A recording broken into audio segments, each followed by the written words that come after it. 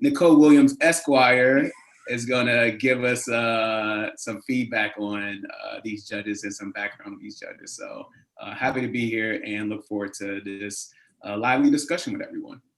Cool. All right, well, I guess we'll start with question one. And so question one is really asking the voters to allow a change in the Maryland State Constitution to basically broaden the powers of the Maryland General Assembly to allow us to be able to make changes to the budget. Right now, under the current Constitution, any items that we see in the budget, we can remove, but we cannot necessarily take those monetary items and move them around within the budget. So for an example, say the governor, I'm just throwing out random numbers, these aren't actual numbers. You know, the governor has allocated $1.5 million to the Department of Corrections. And we think, oh, I don't know if they need the 1.5, maybe they just need just $1 million. And we'll take that other $500,000 and put it more towards the Department of Health and Human Services, for an example, or something like that. We currently do not have the ability as a state legislature to do something like that. And however, all of our other colleagues in the 49 other states here in the United States of America all have that ability. And so what this amendment is asking is to basically allow you, the voters, to allow us to have this ability to be able to move budgetary items around in the budget that are in line with our priorities as a General Assembly. Obviously, we cannot say, you know, the governor proposes a budget of $10 billion. We can't say we want the budget to be $12 billion. Under this proposed amendment to our Constitution, we would have to stay within that $10 billion that the governor has proposed. So we cannot exceed any projected incoming revenues. The other thing that this bill would do is it would give the governor the power to line item veto items within the budget. So say under my example, we take that $500,000 and move it to the Department of Health. And then we pass that budget with that additional $500,000. And the governor gets that budget that we've approved as a General Assembly and said, you know what, I really don't like that. I'm going to veto that one line item in the budget. This amendment will allow him the authority to, him or her, I should say, the authority to do that. Because this measure, if it does pass, will not go into effect until 2023. So it'll go into effect after Larry Hogan has left, because we have term limits here in Maryland and he cannot run again immediately. So Governor Hogan will be gone once this goes into place. And then whoever the new governor is, him or her, will have this ability. So that's question one. And I don't know if anyone has any questions about the question. Yes, Michael. What happens with the scenario with legislature pass the budget, Larry Hogan vetoes it in let's say April or May, and then it would take another 9 months in order to override the veto. In the meantime, the budget that budget item is vetoed. So is there anything in the proposal that says that you can have a special session or a special something if the item is vetoed and you really want it? Right. There isn't anything in the bill that requires us to immediately go into a special session to override that veto. If something like that were to occur, we would have to override that veto basically the next time that we would convene. Delegate Washington, you had something on that? Yeah, I was going to add, Mike, I wasn't sure if your question was about if the governor vetoes the budget. Was that your question? No, the line item veto. If he line item vetoes, as the delegate mentioned, we probably cannot come back in, or we can come back and overturn those vetoes, but it will be we can do that whenever we want to come back to overturn those, but we will have to do that before the next fiscal year. As many of you know, the fiscal year starts July 1 of every year for the state and for pretty much all of the local county governments.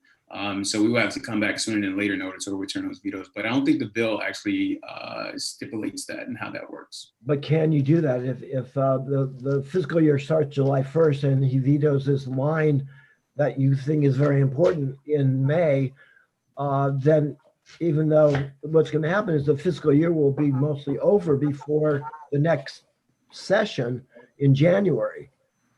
That's what I'm asking.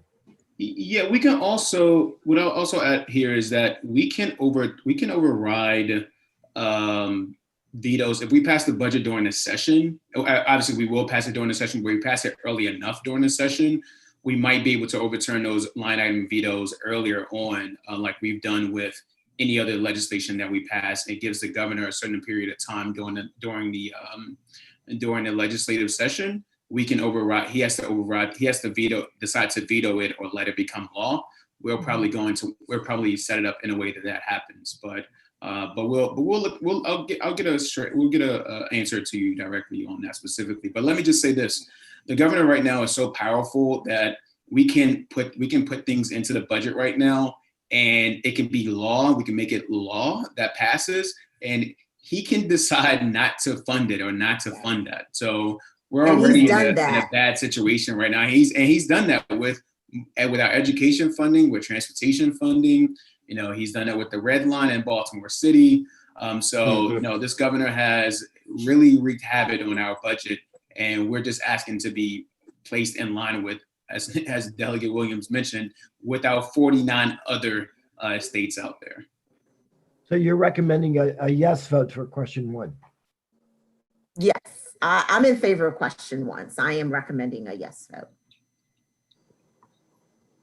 Should I say yes to? Should I say yes to? Yes. I think I voted for it to go to referendum, but yes. Got it. Okay.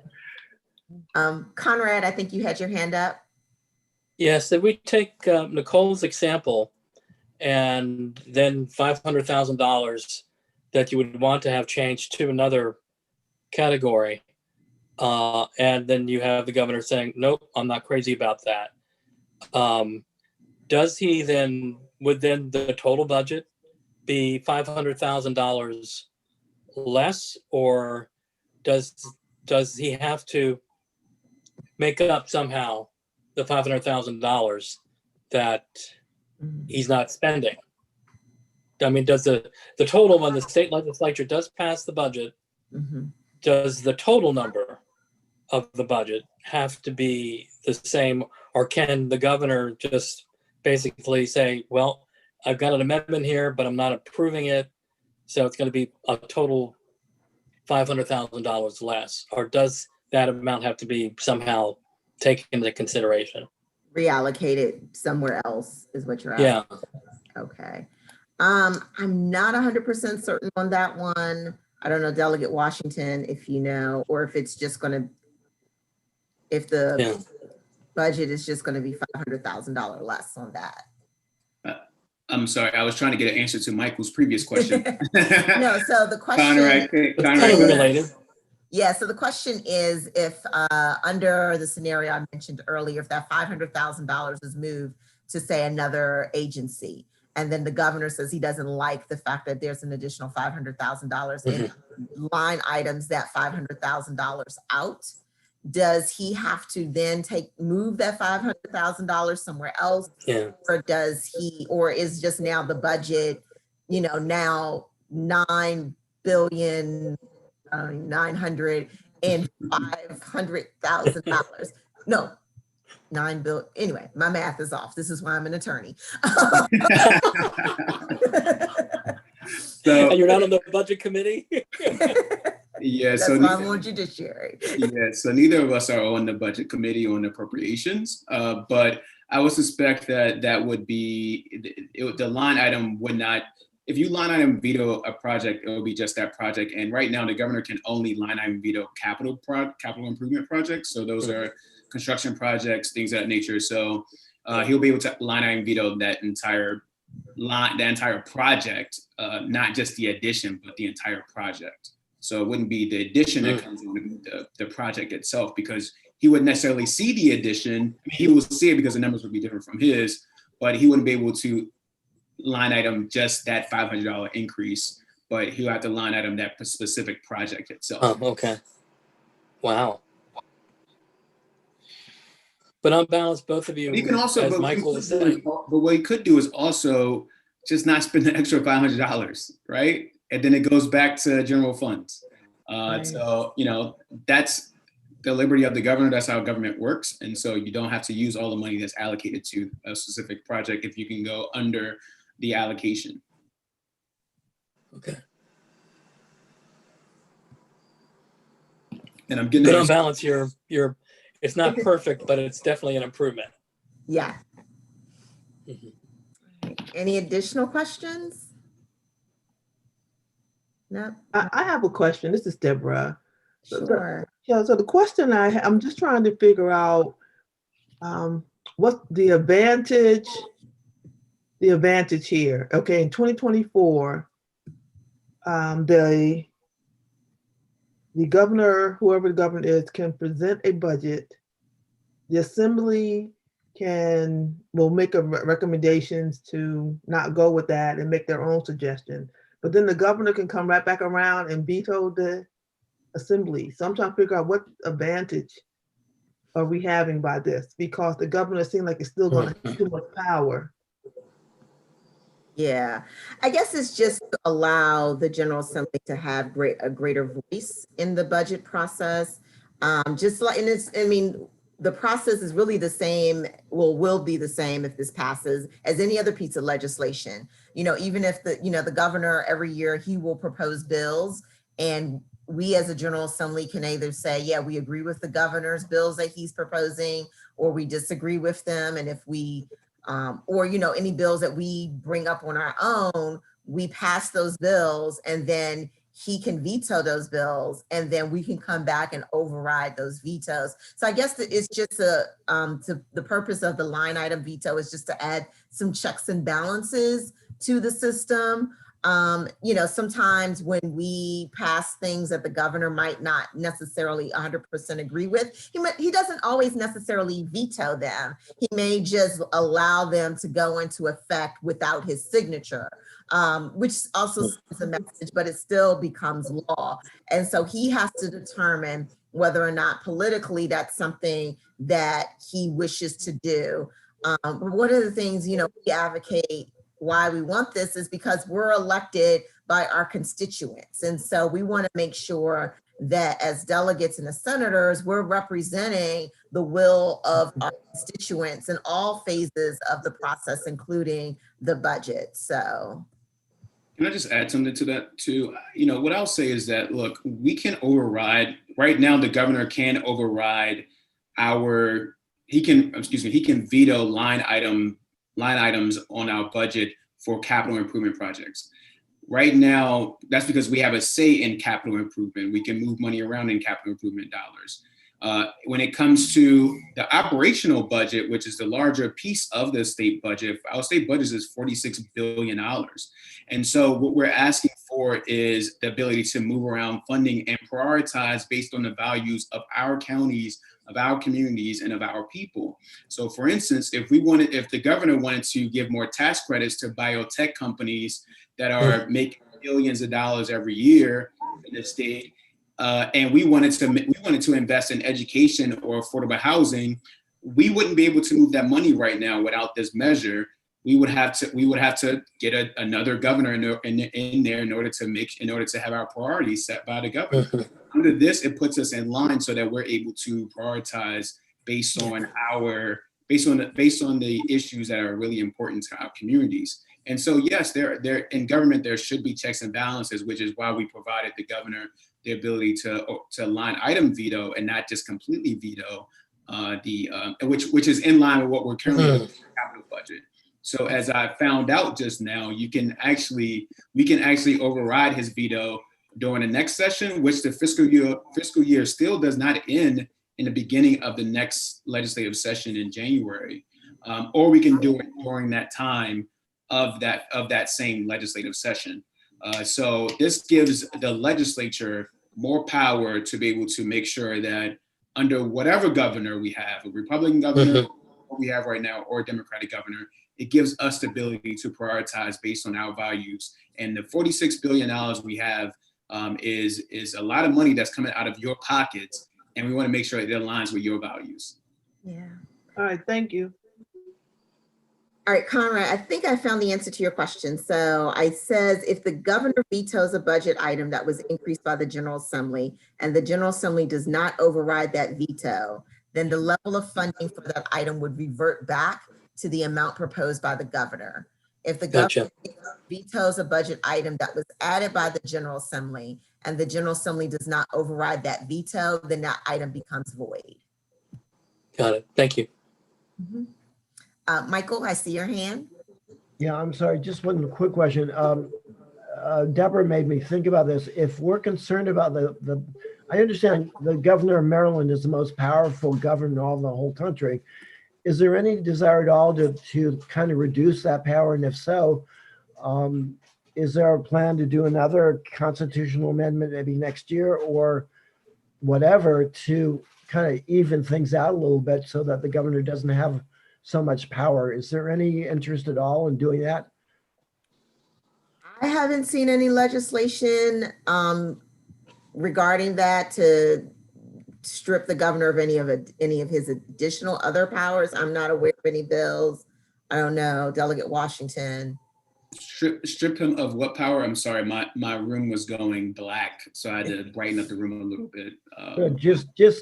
If the governor of Maryland is so powerful, is there any interest at all in maybe doing something constitutional wise to lessen that power, not strip away powers necessarily, but just lessen that power so it's more even distributed amongst the General Assembly and the governor? I think when you vote, and as people are voting right now, you are distributing the power of the governor right now. I mean, the reason he's so powerful is because he's the only governor in the state of Maryland, the only governor in the country that has this ability over the budget. And the budget is so powerful that it is our value add to our issues here in the state. And so in leveling the playing field, we're asking you to vote on this measure, to vote for question 1, so that we can distribute the power evenly through the two branches of government. Okay. All right. I don't see any other questions on question 1, so I guess we'll move on to question 2. So Delegate Washington, take it away. Thanks, Delegate Williams. Can you guys hear me? Can you hear me? Hello? Yeah, we can hear you. Okay, perfect. Okay, sorry about that. Okay, everybody. So question 2, I think many of you know that I am the vice chair of the Ways and Means Committee in the House of Delegates. And so this year we have been, for the last couple of years, we have been considering, legislation on advancing sports betting expansion measures in the state of Maryland. Earlier during this session, we passed legislation to send sports betting to referendum this year. And so that's a constitutional amendment. So whenever there is any type of betting or gaming or gambling in the state of Maryland, it has to be sent to referendum based on our Constitution. I have to let you know that there's been multiple bills to strip that from the Constitution and make sure that we don't have to go to the voters anymore. And every year we make sure that we define that legislative intent. So with this, what question 2 would do is that it would authorize sports and events wagering at certain licensed facilities throughout the state of Maryland.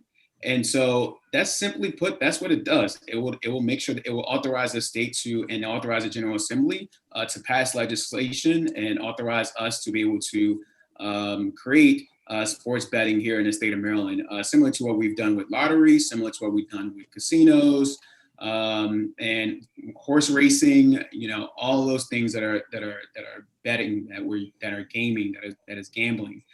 So this measure will bring in approximately $20 million a year, and that funding will go directly to education, to our education trust fund. Let me say it again. So the $20 million that the state would raise will go directly to education funding. Unlike in previous years where the General Assembly and others have not told you the full truth, that the money from casinos, MGM, lottery, that will go directly towards education, they did not tell us the full truth. And so therefore they use that money to supplant for other budgetary items and priorities that they had at those times. With this, I'm telling you, I'm letting you know right now that it is directly going towards education. It goes towards that funding, and that money cannot be taken out or supplanted for any other dollars. That is an additional $20 million that will go to our state budget. Right now, our state budget for education is about 6.7 to $7.2 billion a year. That would add $20 million to our state budget. So we're asking that you support this measure because it will send money to our education system. But I would love to hear any thoughts or take any questions from anyone, or if Delegate Williams wants to add anything, that'd be great too. No, I was just noticing in the chat, I think there was a question from Krista, does this expand gambling into sports betting as an allowed Maryland activity? And yes, if this referendum passes, it will allow sports betting as an allowed Maryland activity. Obviously, if this referendum passes, I know there's a lot of work that we would have to do. I would say Delegate Washington has to do, because that would be his committee. We'll have to do in terms of determining the licensing, how the licenses are going to be distributed, all of that fun stuff. But yes, it would put us on par with our neighbors to the north and the south of us. The District of Columbia, as you know, is rolling out sports betting soon, and they've already announced the approval of a couple of sports betting licenses already. The Virginia General Assembly just earlier this year approved sports betting in the state of Virginia, though they haven't rolled it out yet, but they did approve that. And then Pennsylvania and West Virginia, I believe, also allow sports betting as well. And so one of the things you'll hear is that this will put us on par with also our neighbors all around us too, as a jurisdiction. This is Deborah with a question. When it comes to the betting, you mentioned that you estimate a 20 million that will go directly to education, but how do we know that? I mean, what does that look like? Because we've heard that so many, they have all these different avenues to raise revenue for education, but what is the plan? I mean, do you have are you to that point yet where you have a plan, where you know how exactly it's going to get there, what it looks like? So yes, so that money, so we have legislatively within the constitutional amendment, because again, when you vote for this amendment, when you vote for the referendum, it is authorizing the state to do X, Y, and Z. And so this would give us the ability to create the laws to authorize us to be able to create a law that would regulate sports betting in Maryland. The constitutional amendment also states that it goes to the educational trust fund and educational lockbox as well. So that money is locked for education. As I think most people on this call know, we just recently released or passed legislation on the Blueprint for Maryland's Future, which talked about education reform for the entire state of Maryland over the next 10 years. So there's a plan in place for education, and education reform is a particularly really important topic that I'm sure most of you already know is a priority in our district and in our state. So we know for sure that money is going there. The other funding piece that I mentioned earlier with the casinos, 2 years ago during the last election, the state of Maryland authorized the residents, the voters in Maryland authorized us to allow there to be an educational lockbox that will lock the casino dollars in the actual lockbox, so it can't be used for any other funding priorities outside of education. So there's been parameters put in place for this, and so there's protections for this money as well. Thank you. I'm just going to add, I think Laurel, then JW as well. I see your hands up. I was just going to add the dollar amount that was quoted, I think is based on projected revenue that analysts have done as to if we were to enact this, this is how much revenue this type of enterprise would generate here in the state of Maryland. So I think that's Delegate Washington is coming up with those numbers. Based on what percentage? Delegate Washington. I assume the $20 million is based on a certain percentage of the.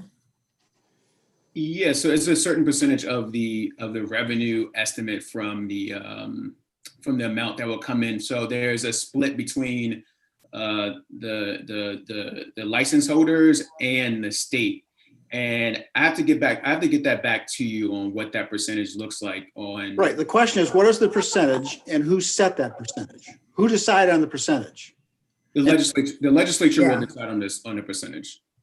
And is that the best deal we can get? Because clearly, again, people they're going to make a ton of money. And if they don't get it, if it doesn't pass this time, they're going to come back again. And unknown is the percentage. I mean, if the percentage is really small, can't we get a better deal? But everything is so, we don't know what's going on. No, you're absolutely, JW, you're absolutely right. And that discussion, again, the numbers that I spoke to, as Delegate Williams mentioned, those are estimated projections. And so what we've talked about, and this is not me talking, but what the analysts have said is that these are the best ways of doing it to make sure that we can incentivize the companies to come here to actually conduct the business. We don't have to incentivize them. Let me finish. Okay. Let me finish. And so it's what the projections look like, and it's also based on what other states are doing, what Pennsylvania is doing, what DC is doing, what Virginia is doing. And so we're comparing and doing a comparative analysis that way, but those have not been set yet. And so therefore we still have that battle in front of us. And so that is not placed in this constitutional amendment, and that was not placed in the legislation either. Shouldn't all this be clearer before you ask the citizens to vote for it? I mean, I know you ran out of time because the assembly had to leave early. Yeah. Are you suggesting that if you double the percentage, the gambling, we're going to disincentivize the gamblers from coming, the gambling companies? They want in. They're going to make a ton of money. No, absolutely. Look, I'm not a game or gambling expert. I don't gamble on the weekends. I've probably been into MGM probably 3 times, and every time I went, it was to go to a nice restaurant there.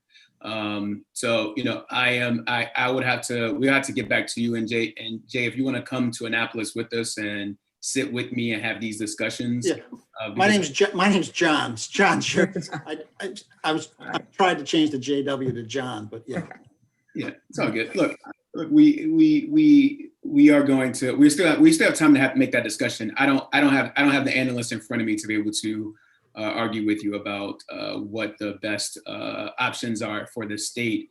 But I would love to have your insight to come to Annapolis with us to have those discussions, because I'll be front and center on this discussion, because I think it's a really important one.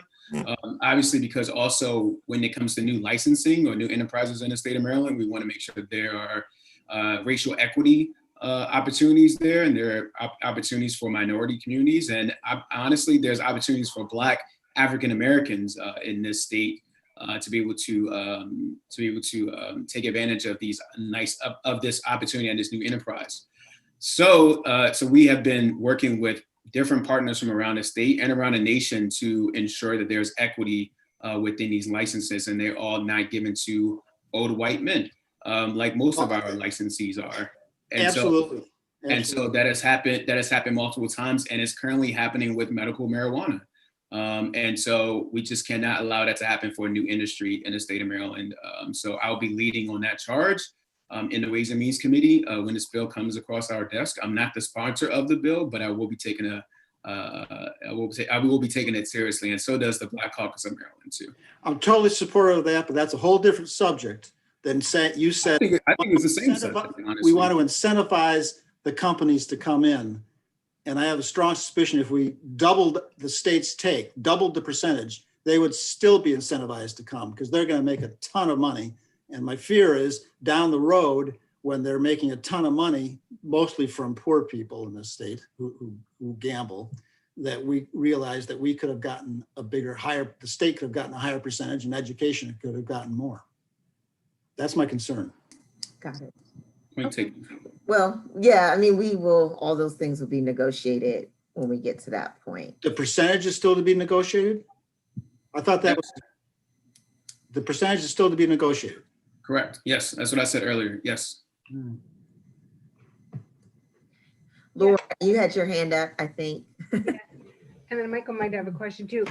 First of all, I mean, I would like to just emphasize what John just said, because I think I would want to know, how much was actually coming in. And also I thought in somewhere it was like 25% for education, 25% for administration, and 50% to the general fund. But that's not my question. What my question is, I mean, obviously you're not guaranteeing 20 million because it all depends on how much gaming goes on. But tell me, what is 20 million? Like, does either one of you know what the budget is for the Prince George's County schools? Like, I think it's even like a tiny percentage of isn't that a couple $1 billion? Yeah, in Prince George's, it's $2.2 billion for the schools. So it just to enact this whole legislation to get a piddly $20 million. Because you guys like $20 million, but I'm going, no, $20 million. I mean, I'm so against gaming. I might vote against this bill because it's not enough to education. And like, is it John? Yes, John. I mean, if it was a much larger percentage and it was in the billions instead of the millions, maybe I would vote for it. So I'm here with an open mind, but I'm just curious. So thank you, John, for knowing, how big the Prince George's budget is. 2.2 billion. Yeah, look, the Prince George County budget is 2.2 billion. For school, the overall budget's 2.4. Right. The county budget's a little over $4 billion, 4.3, but half of that is for the schools. Got it. So John, what I'm gonna ask you to do is mute yourself if you're not called on, because I don't want you to keep talking over me, which I'm not gonna allow in this call again. So what I am gonna do is answer your question. And Laura, I thought your question was an interesting one, because if you ask any teacher in Maryland, is $20 million very little to them? I bet you they say no. I bet you if you ask families that are in need in the state who are in farming and poverty, if $20 million is little, I bet you they will say no. I bet you they say they need that money. I bet you they say they would like a raise because our teachers are being underfunded here in this underfunded here in the state of Maryland. As I went through my 3-year period of studying education in the state of Maryland, there's so much of a deficit for our students in special education. Our students who are ESOL students or English as a second language, our students who are in poverty, our Black and brown students who grew up in poverty like myself. So if you talk about $20 million isn't a lot of money, it definitely will take them a long way, no matter how we chop that money up, but anything counts. As you know, Laura, you know that the Kerwin Commission recommendations, actually at year 10, it's going to be about $4 billion additional funding a year. And we have to raise that revenue in order for us to be adequate at education, and ensuring that we are leveling the playing field between white students and Black students. And so those things are significant and they help. And so that $20 million extra might not be a lot in the grand scheme of the $7 billion we provide to the state in education, which I said a little bit earlier, but $20 million goes a long way. And yes, you can speak to where this money comes from, but as I mentioned earlier, I don't gamble, and I know people who do gamble. I know family members that gamble. We do have protections here in our county for people who fall vulnerable to this illness, and so there's protections there for them as well. And I'm not a gambling advocate. I don't come off here as a gaming or gambling advocate, because I'm not. I'm an education advocate, and I want to make sure that Black and brown kids are educated at a higher level. And so to say that $20 million isn't enough, is not anything. I would just disagree and ask those teachers and families and poor students if they can use that extra money in their classroom. Right. I see Michael and then Conrad, and then I know a couple folks also want us to touch quickly on some of the other county questions. and then as well as the judges. So I just want to also be mindful of our time too. Alonzo, I'm glad you brought up about the racial equity and the allotment and the giving of the licenses out, so we don't repeat the medical marijuana debacle. But how can we assure that? Also, another question is, and I know that we put the lockbox on the casinos and lottery. So that was the other thing that, why not just depend on that? And also, how much of that money, and I'm not sure I understood about your $20 million. Is that $20 million going to Prince George's County that are part of it? Or is that $20 million for the whole state? And how much will Prince George's County get out of that initial money?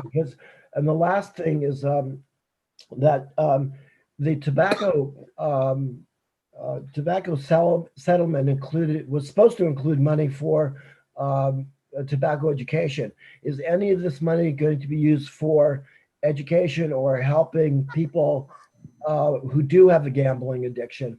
Is any of that money for that as well? Thank you. And I'll mute now.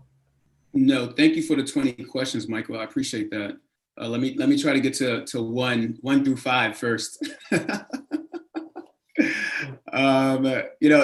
first one was, the breakdown for money coming to Prince George's County. So that's $20 million for the state. Let me just say this, that it's not sports betting isn't casinos. It's not casino. Casinos is a larger revenue source. It has a larger base of customers. From the projections they had, it wasn't a lot of money that came out of that even some of the in comparison to casinos, it wasn't a lot of money or revenue coming from sports betting, at least the projections that said. So the breakdown for that $20 million for the state itself hasn't been broken down. Neither has the money for the counties, because counties can benefit from this and the sales as well. So I don't have those projections for you here, Michael. And I'm trying to remember your other questions about, you asked another question about resources, right? I just want to make sure that whether some of the money might go to helping educate people about gambling. You were talking about the tobacco settlement. Yeah, that it didn't happen in the tobacco settlement because they totally stole the money. But General Assemblies didn't use the money for which it was intended. But now with the lockbox, I'm more confident of that. But is there any money allowed for the addiction of gambling in this setup? I feel like we already have that in place. Yeah, we already have that in place, Michael. Those resources are available to families now because of the money from the MGM and the casinos. So those resources are available right now for families. All right, I'm glad you mentioned about the racial equity and other equities in granting the licenses. That's very, very important, but it has to be very strong and enforced. Thank you. Okay. All right. So there's also a couple of county questions on the ballot. I don't think the county questions are really controversial. They're all bond questions, really asking the county council, and Delegate Washington can probably speak about this way better than I can, given his previous job with the county council. But my understanding is just really the county council has to come to us every election cycle to ask our authority for them to basically borrow money for capital improvements. And that's what this is. So it's whether to, get bond revenue to build libraries, or bonds to build schools, or bonds to build roads and improve roads. I can't remember what the other two are on, and I sealed my ballot, so I don't have it in front of me because I dropped it today and I didn't, so now I got to go drop it tomorrow. Well, C is for public safety facilities, D is county buildings, and E is community college facilities. I have a question on the transportation. Is it only going to go for improving roads and bridges, or is any money allowed for renewable kinds of improvements to transportation? I would think so. If it's transportation, I mean, if it falls under transportation, it should be. If it falls under transportation, I would think that it would be qualified to be used. That money would be qualified. Yes. It's Yeah, so we do have our county bus system. In theory, it could go towards that. well, Yeah, it just says roads and bridges, parking lots, and maintenance facilities. Yeah. So if there's any of those environmentally innovative measures that could be placed on those, it will pay for that. But not electric buses, electric school buses, things like that. No, not that transportation. No, that's totally different. That's something that we've been looking at in Ways and Means for some time now. And actually, Laura, you'd be really proud of me. I think we passed a measure last year. I asked Sam to get it to you, but we did pass something on school buses last year, and we're going to be looking into it next year because as an education subcommittee chair, I oversee a lot of these school bus initiatives. So we should have something next session on school buses and emissions and electric buses and how do we incentivize it. And, I think that's the next step. We're also looking at virtual learning, obviously, as a way to save on the environment as well. But but we're working, Laura, I promise you. Well, just as a side note, Alonso, you really don't have to replace all the buses at the same time. When I was working transportation issues for people with disabilities back in the 70s, we said that as a bus is retired, then replace it with an accessible bus. In the same way, you could just replace, when a bus needs to be replace it with an electric vehicle. That way you've changed a whole fleet in just a couple of years without a lot of added expenses, because the money you save on gas and mechanical stuff on the bus more than pays for the increased cost of the electric bus over the gas bus. Mhm. Just as a note. So off topic that we are right now, Right. but we can have that discussion. Michael, you have my number, and so does Laura, and I'll be very interested in having that conversation. I love talking about those innovative measures. So All right, we'll shut up now and go on to the other. you don't have to shut up now, Michael. No, I know that. Okay. All right, Conrad, I see you have a question. Yes, just two quick questions. First actually goes back, because I had my hand raised at one point regarding the 20 million. Is that going to the 23 counties and Baltimore equally? Not necessarily. Yeah, it all Okay. depends. So that's not, you got to think of a budget of, if you expend the money equally across the state at the state level, so there's a state funding level and then there's a county funding level. And so as a state, we just can't spend the money equally per student because there are some counties that can afford Right. pay more of the locals of the local portion Sure.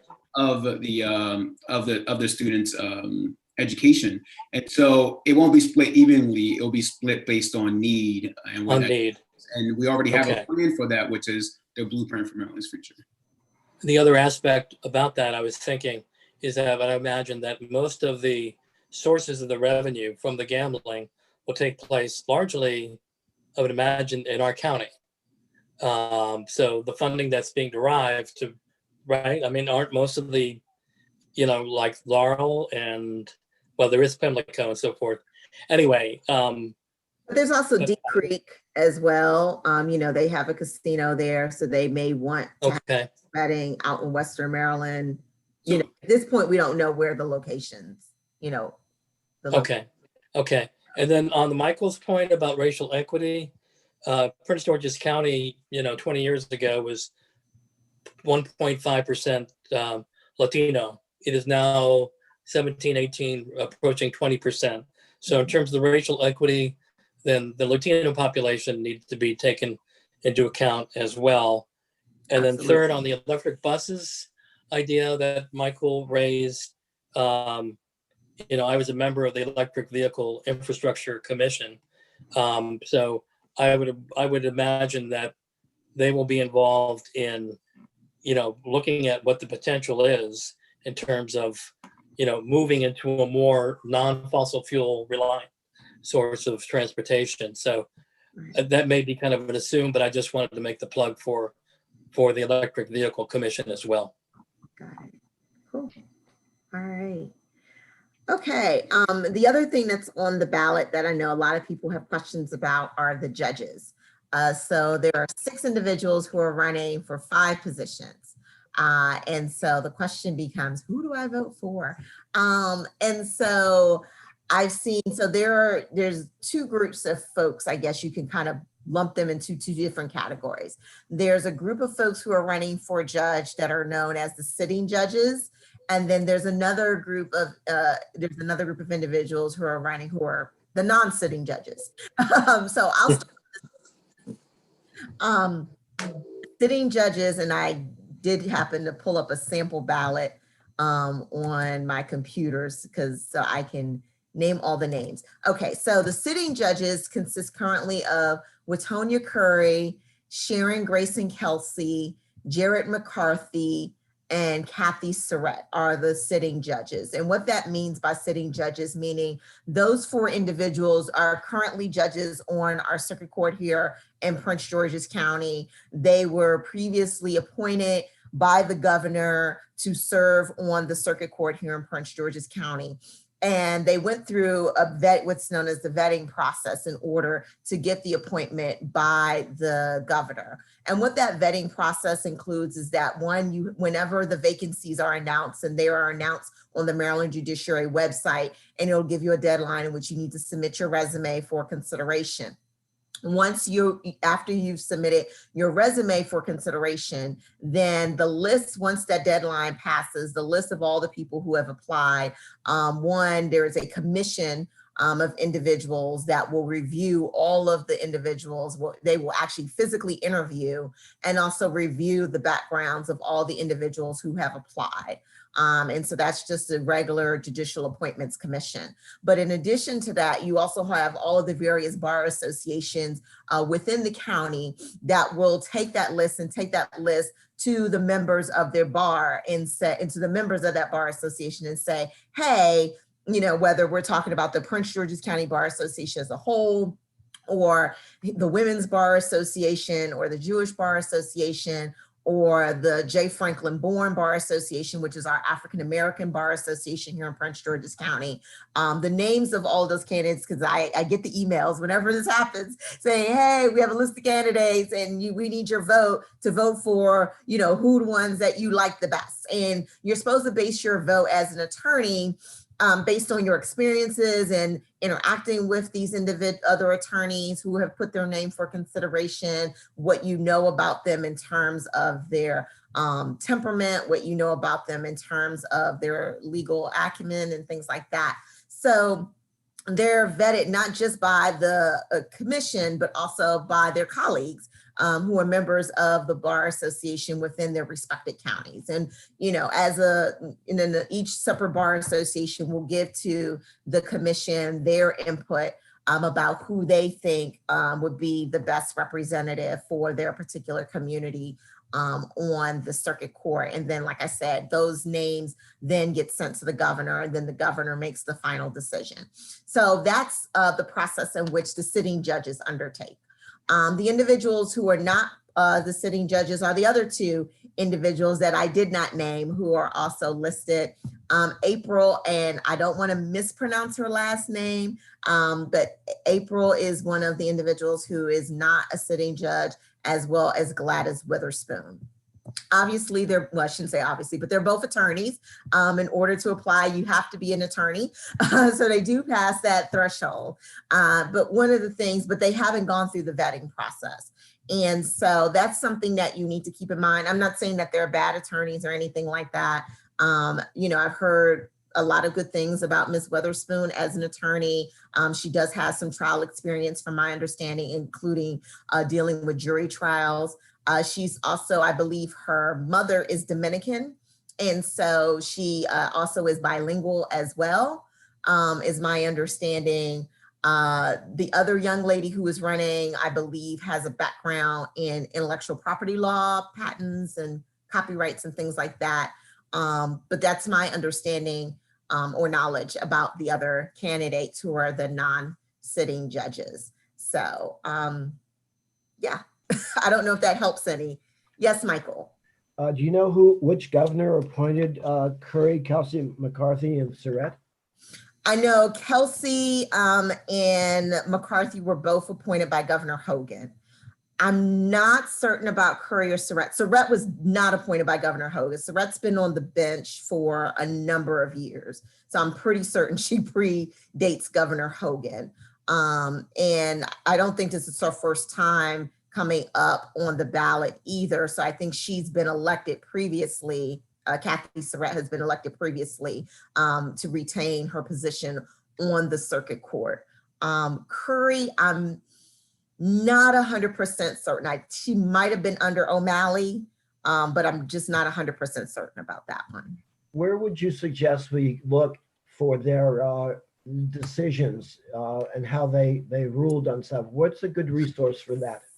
So the sort of unfortunate part about circuit court. So circuit court is our trial court here in Maryland. You know, it's our lower court. It's the first place that you go to. I mean, we have the district court as well, which is kind of what they call small claims court. And they hear like misdemeanors, traffic cases and things like that. But outside of the district court, really the circuit court is really our trial court system. So with trial court, they don't publish their opinions the way that the Court of Appeals or the Court of Special Appeals has published opinions. So it's really hard, honestly, and trust me, there's some rulings where I wish I could get a formal opinion on from a circuit court judge, but unfortunately, their opinions aren't published like in LexisNexis or Westlaw or anything like that, the way the Court of Appeals or Special Appeals judges are. There is also one other individual who is running, speaking of Court of Appeals, let me go back to my sample ballot here on my screen. Gregory Wells is on the Court of Special Appeals, and he is running to retain his position on the Court of Special Appeals. And so you can go, actually, even on the Maryland Judiciary website, you can go to the main website and you can pull up opinions that have recently been released by the Court of Special Appeals. I don't know offhand, they don't break them down by who authored the opinion, but there may be a way where you can kind of peruse through some of those opinions and see if Gregory Wells has authored or has been the lead judge on some of those opinions that have been issued by the Court of Special Appeals. I actually do, I like Judge Wells. I think he's been really great. And especially in our higher courts where we don't have a lot of minority representation. I think he's been a good representative for the African-American community on the Court of Special Appeals. And so I will say that about Judge Wells. Yes, Laura. Two parts of the question. Was it Gladys Weatherspoon? You said she's not a sitting judge, right? Is she the She's one? not a sitting judge, no. Right. So do you happen to know, was she the one that was endorsed by Michaela Wilkes? I think so. She was. And the last part of the question is, isn't there some benefit to bullet voting that you just pick one or two that you really like? You don't have to pick 5 out of the 6? Okay, so I'm just saying full disclosure, I did take statistics in college. I got a C. Again, that's why I became an attorney. Not the greatest at math. So I think, if you follow the law of statistics, based on, if X number of people only vote for one person versus the number of votes cast, there may be some type of advantage of engaging in that type of voting. I don't know, Delegate Washington, if you have anything you want to add to it, but yeah, I think statistically it may slightly benefit. But well, I never bullet voted a day in my life, so I don't know about that. What I'll say to that is that I think that it's in best interest of us to do our due diligence in learning who these judges are. They are on the bench. They are many times they're held unaccountable and not to account of the people because they have such long terms. And unfortunately, I'm not trying to, I know my friend here is an esquire, as a lawyer and an attorney, but that process of going through different lawyer groups just seems kind of weird to me and elitist till you get to the top of it. And it's just, you know, and we do not, there's no way to hold them to account. So I ask everyone to do their due diligence and research these folks, figure out where they are, call their offices. They only come around during election season, unlike Nicole and I. And we want them to be held accountable. And so if you feel the need not to vote for someone, that's your prerogative. But I encourage you to do your research and figure out who's the best 5 sitting judges, who's the best 5 attorneys that or former or judges, current judges that you will want to see placed on our judiciary. That's why I asked about resources. How do we do due diligence without knowing how to do it? Yeah, I mean, one of the things you can do, and I've seen, you know, with very high profile cases that make the news, a lot of times they will mention the judge who rendered the opinion in that high profile case. I'm trying to think of a good example of one really quickly here in our county. And I'm drawing a blank at the moment. But, you know, I have seen, you know, news articles where it'll say, oh, Judge, I'm just going to throw out a name, especially since he's not there anymore. Judge Leo Green, for an example, was the one who, you know, said we're going to convict this guy or whatever the case might be. So just sometimes just a regular Google search may pull up any news articles of high profile cases that particular judge might have, you know, done the ruling on or sentencing on. That's one way to go about it. Like I said, unfortunately, there just aren't published opinions, which makes it unfortunate for the circuit court judges or in any type of record that I'm aware of that can tell you kind of how they've ruled on certain types of issues. So. I mean, that's also something that we could make sure we have legislatively that we require. Because right now it's just not happening. It's hard to figure out what they're ruling on, what their rulings are. And again, I was talking to Delegate Williams a little earlier before this call started that, you know, we don't know what type of trainings they go through either as judges. And if they receive any cultural competency training or any racial equity training, you know, we don't know what they go through right now. And so this, I hate to say this, but this secret society of attorneys. We're not a secret society. I know it's not, but it's just, when someone explained to me that process, I was like, wait, what? That is crazy that people go through that process. But I just really, you know, I think those are a couple of things that we can change. Nicole sits on the Judiciary Committee, and I'm sure we'll hear about that next year. But, you know, I plan to introduce legislation on training for judges on cultural competency and racial equity training, just so they have that in their back, just so they have that training, they have it annually. We don't know, and maybe we need to do a disclosure. I know the governor has actually done something recently on disclosing cases for judges, because he did that. I think it was probably do executive action maybe, and probably propose some legislation on it too, which is one of the few things he's done well. But, you know, I thought that was a good idea to propose or to have that their rulings and their decisions made public. But I think we need to go a little further. So, because if we're going to elect these folks, we have to do our due diligence. Yeah. I mean, the rulings are public in the sense that, you know, the outcome is public. But in terms of like their reasoning, like I said, on the circuit court level, that's just not provided. Just the only thing that's provided is just kind of the outcome of the case. Laura, I see you have your hand up. Yeah, I just, I guess there's 2 words.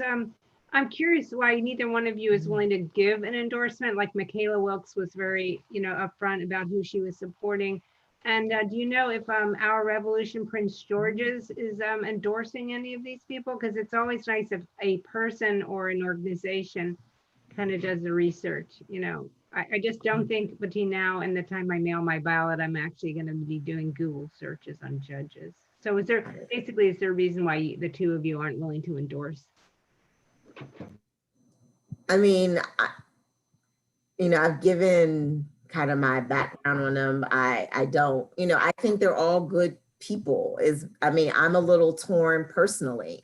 So you know, but that's just me personally. To answer your second part, Laura, I'm not certain about our Revolution, Prince George's. I don't know if they've endorsed or not endorsed in terms of the judges' races. I know the Washington Post did come out with their endorsements last weekend. And I did see, I think they endorsed all of the sitting judges and Gladys Weatherspoon, is my understanding regarding the Post endorsements. And to answer Krista's question, I haven't endorsed anyone during this whole time, but if I have any strong disagreements or any slight disagreements, I guess it would be Mr. McCarthy here, and that would probably be the only one I probably would not be voting for. And I'll keep my reasons to myself. Thank you. Mr. Martinez, I think, will this be the last question, Nicole? Yeah, this would probably have to be the last question because I realized it's 7:08. Where'd the time go? It went to Michael and Laura. That's where it went. Sorry, no, I'm joking. No. I'm joking. You taught us, Alonso. I know, right? Ashanti? Yeah, thank you, Alonso. Thank you, Nicole, for taking the time to have this meeting with us. I just wanted to share, PGCYD is actually having a judges forum tomorrow. So I'm going to put that information in the chat. So for folks that have questions about background and intent and what the judges are feeling on certain issues, please definitely sign up to come. And I know I'll be there. I have questions and concerns as well. I'm not really sure where I'm going to be at with all the judges. So I just wanted to share that information with everyone. Oh, thank you, Ashanti. That's really great. And the judges are actually going to take questions because I know sometimes they've been hesitant to do that in the past. Yeah, you can actually submit questions in the RSVP when you register for the event. I'm not sure if it's going to be a webinar or if it's going to be like an open chat conversation like we're having here, but it's still, worth coming to. This is the only kind of forum that they've had this entire cycle. So, Ashanti, I just asked that it's not similar to the hearings for the Supreme Court nominations. Like, we cannot have that happen. I'll let Martin know. If they do that, Ashanti, just you know what? Forget it. Yeah, I can't answer the question because I can't do that. No. But all right. Well, on behalf of myself and my staff, I want to thank Sam on my end, my legislative aide, for his Thank you. this together. And I want to thank you all for being here. I know that there's been a lot of questions out there. Nicole and I wanted to have this a little earlier, but there's been some complications and there's a lot of Zoom calls happening, man. We're zoomed out around here, but we wanted to still have this just to make sure that everybody was aware of some of our opinions, but also some of the facts that are out there and dispel any of the myths that are out there about some of these questions that are on the ballot that Nicole both have not voted for. So thank you all for being here. John, thank you for being here too. Sorry if I was a little aggressive earlier, man, but I can't have people talking over me. But good to see you as always. I'm sure I'm gonna see you on the streets of Hyattsville sometime soon. But thank you everybody for having us. Nicole, any closing words? I just wanted to say just thank you to Deja Williams, who's my legislative aide. She's been here the entire time, making sure, following the chat and making sure that we're getting to the questions in the chat there. So thank you guys again for joining. Thank you. We forgive you, Alonso. Bye. Take care. All right, have a good night. Enjoy dinner. And don't forget to vote. Yes, vote November 3rd. See you. Take care. You too.